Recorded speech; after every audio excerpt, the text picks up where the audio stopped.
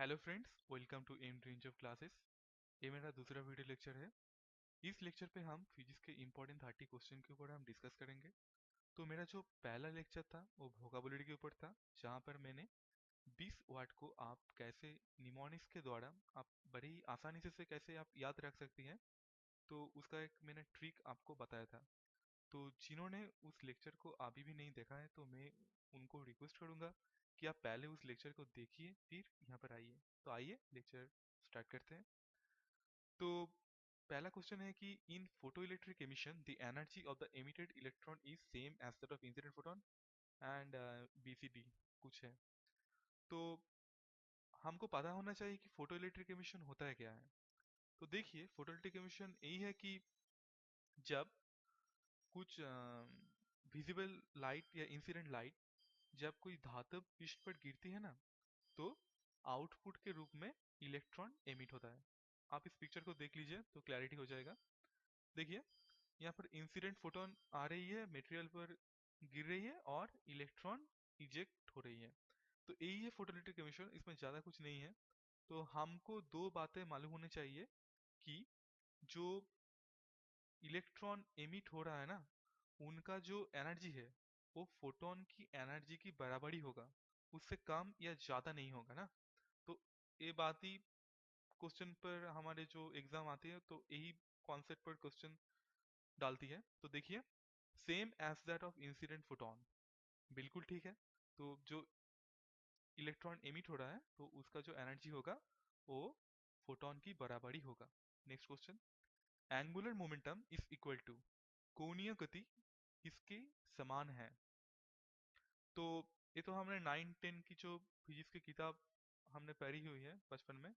तो उसी से हमको तो पता हुआ कि हम बचपन में पढ़ते कि वो moment of inertia into angular velocity ही होती है हमारा कोणीय गति।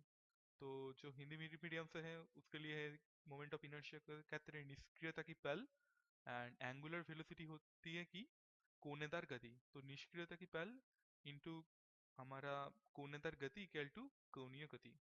तो ये तो पूरा ही एक कॉन्सेप्ट पर बेस है, तो यहाँ पर तो समझने की कुछ बात नहीं है, आप इसको याद रख दीजिए, ठीक है। तो option A. Next question, super conductivity का मतलब क्या है। तो अति चालकता। तो सुपर कंडक्टिविटी क्या है ये भी हमको मालूम होना चाहिए। तो सुपर कंडक्टिविटी क्या है कि जब आप कुछ मटेरियल को उसकी क्रिटिकल टेम्परेचर से नीचे अगर ठंडा किया जाए ना, तो उनकी जो इलेक्ट्रिकल एंड मैग्नेटिक रेजिस्टेंस है वो बिल्कुल घट जाती है। तो यही है सुपर कंडक्टिविटी। आप पिक्चर में देखिए, तो ऐसा ही कुछ हो रहा है कि आप ठंडा किया जा रहा है तो यहाँ पर, तो उसकी चुंबकीय और विद्युतीय प्रतिरोध बिल्कुल घट जाती है। तो देखिए, वेरी फीबल करंट नहीं, ये नहीं है। वेरी लार्ज करंट, ये भी नहीं है। Current without facing any resistance, हाँ ये तो बिल्कुल है। तो यहाँ पर हमारा रेजिस्टेंस बिल्कुल नहीं होता है। तो यही है सुपर कंडक्टिविटी। और इसका जो एप्लीकेशन है वो हमारा देख, ये भी क्वेश्चन में आ सकती है कि सुपर कंडक्टिविटी का एप्लीकेशन हमको कहाँ देखने मिलते हैं। तो आप ये जान लीजिए कि एमआरआई जो होती है ना, मैग्नेटिक रेजोनेंस इमेजिंग के ऊपर, तो वो सुपर कंडक्टिविटी के ऊपर ही बेस है। और एक है NMR. Next question, the choke used with a tube light is basically. तो ट्यूब लाइट में जो सिलिंड्रिकल एक सिलिंड्रिकल शेप का जो छोटा सा एक पार्ट होता है वो बेसिकली क्या है। तो बेसिकली एक इंडक्टर है। आप इसको याद रख लीजिए, एक काफी बार पूछे गए हैं। Next, the ordinary and maximum tolerance limit of sound by human being. तो हमारा सुनने की जो मीडियम रेंज क्या है। ये तो एक बिल्कुल एक पेट क्वेश्चन हो गया है, बार बार पूछते हैं, तो अब तो पता ही होगा कि ये ऑप्शन बी है, 60 डेसिबल तक 80 डेसिबल। तो हम जो नॉर्मल बातचीत करती है, तो जो मैं बात कर रहा हूँ वो 60 डेसिबल के बीच में रहती है, और अगर 80 डेसिबल के ऊपर हो गया तो हमारा कान के लिए हानिकारक है। Next, who is the founder of quantum theory of radiation. Quantum theory of radiation किसने खोजा था। तो ये है प्लैंक, मैक्स प्लैंक ने नहीं खोजा था। Next, instrument can be shielded from outside magnetic effect by surrounding them with. तो चुंबकीय प्रभाव से बचाने के लिए कौन सी आवरण में इंस्ट्रूमेंट को मोड़ा जाता है। तो देखिए, जब हम कुछ आर्टिफिशियल सैटेलाइट हमारी धरती के ऊपर अब भेजते हैं, तो उसको हम ब्रास सील्ड के आवरण में ही भेजकर ऊपर डालते हैं, ठीक है। तो आप कुछ किताब में या नेट में आप देखेंगे कि यहाँ पर आयरन सील भी कुछ किताब में लिखी हुई है, तो आप इसको मत लीजिए। इसका सही आंसर होगा ब्रास सील्ड, ठीक है। Next question. A spherical ball made up of steel when dropped in a bucket full of mercury will sink to the bottom, float on the surface, will dissolve, none of this। तो देखिए, जो हमारा steel है, उनका उन उनकी sorry उनकी क्या तो स्टील का जो डेंसिटी है वो है हमारा 7.75 kg पर मीटर क्यूब, और पारा का है हमारा 13.5। तो ये तो मार्करी से काफी हल्का है, तो जो चीज हल्का है वो तो ऊपर ही फ्लैट करती रहेंगी, ठीक है ना। तो फ्लोट ऑन दी सरफेस, देखिए यहाँ पर फ्लोट कर रही है। Next. 0 degree K is equivalent to 233 degree centigrade. Sorry, यहाँ पर मैंने गलत लिख दिया, यहाँ पर एक माइनस साइन होगा। -270 डिग्री सेंटीग्रेड, 0 डिग्री और 100 डिग्री। तो जैसे सेंटीग्रेड और फ़ारेनहाइट -40 पे सेम होता है, तो ऐसे ही आप इसको याद रख दीजिए कि 0 degree is equal to -0 degree K -270 degree centigrade, ठीक है। ये काफी बार पूछे जाते हैं question. The material used in electric heater is tungsten nichrome brass steel. तो ये है नाइक्रोम, जो निकेल और क्रोम से बना हुआ है, और उसका जो ताप सहनशीलता है वो लगभग 1400 डिग्री सेंटीग्रेड तक वो तापमात्रा सहन कर सकती है, ठीक है। नेक्स्ट देखिए नाइक्रोम में। The fast indication that a stable nucleus can be broken down was afforded by। जो न्यूक्लियस है वो प्रोटॉन और न्यूट्रॉन से बना हुआ है, किसने खोजा था? तो देखिए रदरफोर्ड है, जो जिन्होंने गोल्ड प्लेट की एक्सपेरिमेंट कर कर जो बताया था कि हमारा न्यूक्लियस दो चीजों से बना हुआ है, ठीक है। नेक्स्ट क्वेश्चन देखिए। Which of the following is not true about X-rays? X-ray के बारे में कौन सी बात सही नहीं है? Have low penetrating power, travel with the speed of light, can be reflected or refracted, can affect photogenic plate। तो हाँ, ये photogenic effect पर इसका इफेक्ट है। कैन रिफ्लेक्टेड और रिफ्रैक्टेड, हाँ ये प्रतिफलित और प्रतिबिंबित भी हो सकती है। Travel with speed of light, हाँ travel with speed of light. Have low penetrating power, नहीं ये बात सही नहीं है। इसका भेद जो भेदने की जो क्षमता है वो काफी ज्यादा है, पर गामा रे चित्र नहीं है, पर काफी ज्यादा है, क्योंकि वो हमारे जो बोन की जो इमेज फोटोजेनिक प्लेट पर जो आती है, जो होती है ना, वो तो मास कर भेदी तो हमारे बोन तक जा पाती है।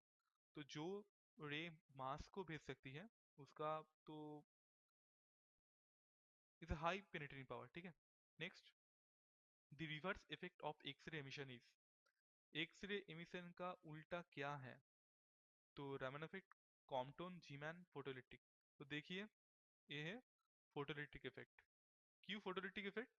तो मैंने फास्ट क्वेश्चन पे ही बताया था कि फोटोलिटिक इफेक्ट में फोटोन धातु पृष्ठ पर गिरती है और इलेक्ट्रॉन एमिट होता है, तो वहां पर इलेक्ट्रॉन एमिट हो रहा है।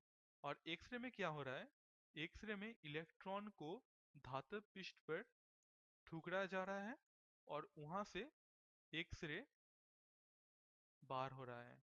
तो पहले केस में या फोटोलिटिक इफेक्ट में इलेक्ट्रॉन बाहर हो रहा है, और एक्सरे में इलेक्ट्रॉन को यूज करके एक्सरे उत्पादित कर रहा है। तो देखिए बिल्कुल उल्टा हुआ, तो इसलिए फोटोलिटिक इफेक्ट को एक्सरे एमिशन का रिवर्स इफेक्ट कहा जाता है। नेक्स्ट क्वेश्चन देखिए कि कह रहा है कि addition of suitable impurities into semiconductor is called. तो उपयुक्त अशुद्धि को सेमीकंडक्टर की जो मिश्रण की जो प्रक्रिया है उसको हम क्या कहते हैं? डोपिंग, मिक्सिंग, फॉर्मिंग और डाइल्यूटिंग। तो ए है डोपिंग। तो डोपिंग में क्या होता है कि डोपिंग इज टू टाइप। एक को हम पी और एन से टाइप करते हैं। तो पी में क्या होता है कि पी में जो अशुद्धि हम यूज करते हैं वो है ट्राइवेलेंट मटेरियल। तो जैसे आर्सेनिक हो गया और एंटीमोनी हो गया। और एन में हम पेंटावेलेंट मटेरियल को यूज करते हैं। तो जैसे हो गया गैलियम, और ये हो गया हमारा इंडियम। तो यही क्वेश्चन काफी बार पूछे जाते हैं कि इस क्वेश्चन को हम उल्टा करके कि trivalent material is which and pentavalent material को हम किस टाइप से हम जानते हैं। तो ऐसे करके आप इसको दो चार से पढ़ लीजिए, ठीक है। Next, every hot object emit, प्रत्येक गर्म वस्तु क्या एमिट करता है? एक्सरे, विजिबल रे, इंफ्रारेड रे या अल्ट्रावायलेट रे? तो ए है infrared ray. Next, the molecular mass of a gas is twice it vapour pressure, equal to its vapour pressure, half its vapour pressure, not related to its vapour pressure. तो देखिए molecular mass जो है वो vapour pressure का दोगुना होता है। आप इसको याद रख लीजिए।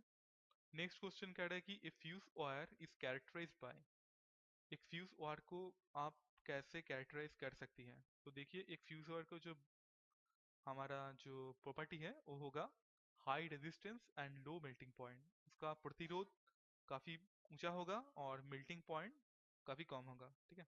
Next, the electrolyte in the dry cell is zinc, acid of sulphur, ammonium chloride, manganese chloride, manganese dioxide.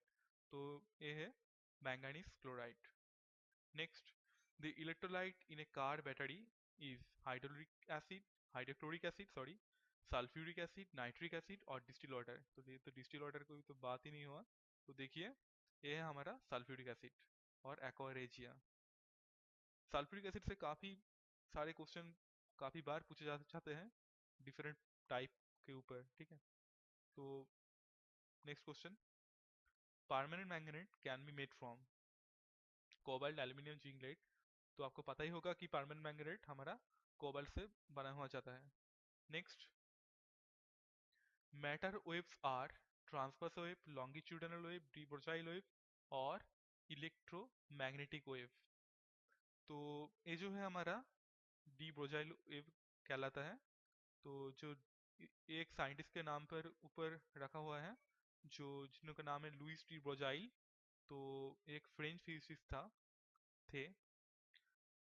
उन्होंने 1924 में ऐसा एक पेपर लाया कि मैटर वेव जो है वो इन तीनों से एक डिफरेंट टाइप वेव है। तो इन्हीं के नाम पर ये वेव के नाम रखे गए था। नेक्स्ट क्वेश्चन देखिए, an atomic pile is use for, atomic pile किसके लिए हम व्यवहार करते हैं? Producing x ray, producing nuclear fission, conducting thermonuclear fission, temperature. तो इसका जो प्रयोग होते हैं वो है प्रोड्यूसिंग न्यूक्लियर फिजन या परमाणु विखंडन के लिए, ठीक है। तो इसकी जो परमाणु विखंडन के बाद जो एनर्जी निकलती है, तो वही तो जो थर्मोन्यूक्लियर प्लांट में यूज होता है वही सेम प्रोसेस है। पानी को गर्म करके स्टीम को जो उत्पादित होता है वही टरबाइन को घुराने में काम आता है और वहीं से विद्युत उत्पादित होता है। तो ये सेम प्रोसेस है, ठीक है। Next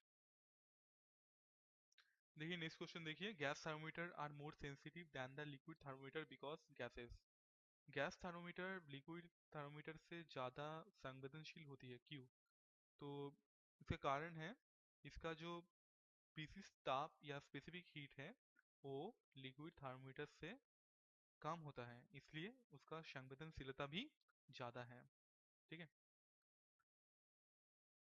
Which one of the following is a ohm conductor? इनमें से ओहम कंडक्टर कौन है? तो यहाँ पर ओहम कंडक्टर है सिल्वर, ठीक है। तो नेक्स्ट क्वेश्चन देखिए, नेक्स्ट क्वेश्चन देखिए, alcohol is more volatile than water because it's lower than water, boiling point, its density, its viscosity, its surface tension। तो जो है वो है इसका बॉइलिंग पॉइंट पानी से कम है, इसलिए वो ज़्यादा volatile है। The boiling point of liquid vary as pressure varies, temperature, volume और density। तो किसी भी लिक्विड का जो बॉइलिंग पॉइंट है वो डिपेंड करता है इसका प्रेशर पर, ठीक है। तो देखिए जो प्रेशर कुकर है वो इसी के प्रिंसिपल पर निर्मित हुआ है, क्योंकि देखिए प्रेशर कुकर में क्या होता है कि जो प्रेशर है वो हमारी जो वायुमंडल के साधारण दबाव है उससे काफी ज्यादा कर दिया जाता है, इसलिए जो अंदर जो लिक्विड है उसका बॉइलिंग पॉइंट ज्यादा हो जाता है। जैसे हम जो जो समुद्र से ऊपर जब हम जाते हैं तब बॉइलिंग पॉइंट काफी घट जाता है। ठीक है, तो देखिए क्वेश्चन इंपॉर्टेंट है। Which instrument is used for photographing the sun? तो सन का जो तस्वीर निकलने के लिए हम कौन सी इंस्ट्रूमेंट प्रयोग में लाते हैं? तो ए है स्पेक्ट्रोहेलियोग्राफ। ये काफी इंपॉर्टेंट क्वेश्चन है, आप इसको याद रख दीजिए। तो सॉरी, यहाँ पर एक स्पेलिंग गलत हो गया है, यहाँ पर यू नहीं होगा। ठीक है। Which mirror used by a dentist examine the teeth of patient? तो पेशेंट के जो टीथ को एग्जामाइन करने के लिए डेंटिस्ट क्या मिरर यूज करते हैं? तो ए है कॉनकेव। तो कॉनकेव में क्या होता है कि कॉनकेव में ऑब्जेक्ट टू जो डिस्टेंस होता है ना, वो फोकल लेंथ से कम होता है, इसलिए वो जो पिक्चर है वो विवर्तित हो जाता है और सीधा भी होता है। तो इसलिए इसका प्रयोग लाया जाता है। तो नेक्स्ट क्वेश्चन देखिए, ये हमारा आज का लास्ट क्वेश्चन है पार्ट 1 पर। तो nuclear sizes are express in unit name. Nuclear size को जो एक्सप्रेस करने के लिए हमारा यूनिट क्या है? तो यूनिट है हमारा फर्मी। पर अभी फर्मी का प्रयोग नहीं हो रहा है, अभी जो ऐसा यूनिट के आधारित जो नई यूनिट है हमारा, वो है फेम्टोमीटर। ठीक है, तो अभी के लिए इतना ही। तो अभी तक आप तो कुछ क्वेश्चन नहीं है, तो पार्ट 2 जल्दी आएगा। अगर आप इस लेक्चर को पसंद करते हैं तो लाइक जरूर कीजिए और चैनल को सब्सक्राइब भी कीजिए। ठीक है, तो थैंक यू।